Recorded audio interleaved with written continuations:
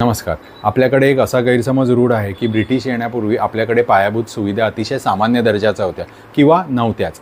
परंतु आपल्या सभ्यतेचा इतिहास जर आपण बघितला तर आपल्याला लक्षात येईल की रस्ते, पाणी व्यवस्था, पाण्याची निचरा व्यवस्था अशा विविध प्रकारच्या पायाभूत सुविधा म्हणजेच इन्फ्रास्ट्रक्चर आपल्याकडे अतिशय उच्च दर्जाचे व शास्त्रीय पद्धतीने उन्नत असे होते.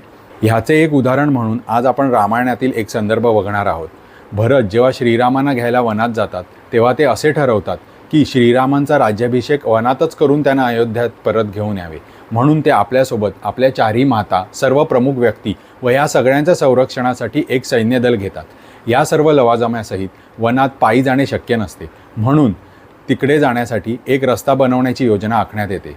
ह्या योजनेचे व ह्या रस्त्याचे इत्थंभूत वर्णन रामायणातील अयोध्याकांडात आपल्याला बघायला मिळते. यासाठी सुरंग खोदणारे, लाकूडकाम करणारे, रथयंत्र बनवणारे, विहिरी खोदणारे, चुनाकाम म्हणजेच प्लॅस्टरिंग करणारे, विविध अभियांत्रिकी म्हणजे इंजिनिअरिंग वर्क करणारे सर्व कारागीर व इंजिनियर्स जमावले जातात.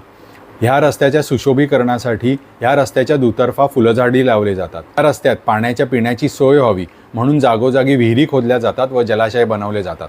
प्रवासात विश्रांतीची सोय व्हावी म्हणून जलाशयाच्या ठिकाणी तंबू उभारले जातात व तिकडे खाण्याचीही सोय केली जाते.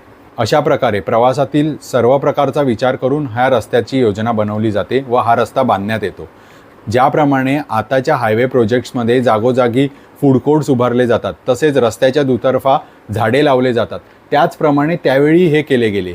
ह्यावरून आपल्याला हे लक्षात येते की त्यावेळेचे आपले इन्फ्रास्ट्रक्चर किती उन्नत दर्जाचे होते. इतकेच नाही तर त्यावेळेचे आपले इन्फ्रास्ट्रक्चर हे निसर्गाला जास्त पूरक होते. आपले सिव्हिलायझेशन हे प्रत्येकदृष्ट्या प्रगत होते व राहण्यास अतिशय उत्तम दर्जाचे होते. ही माहिती आवडली असेल तर लाईक करा, शेअर करा, सबस्क्राईब करा. धन्यवाद.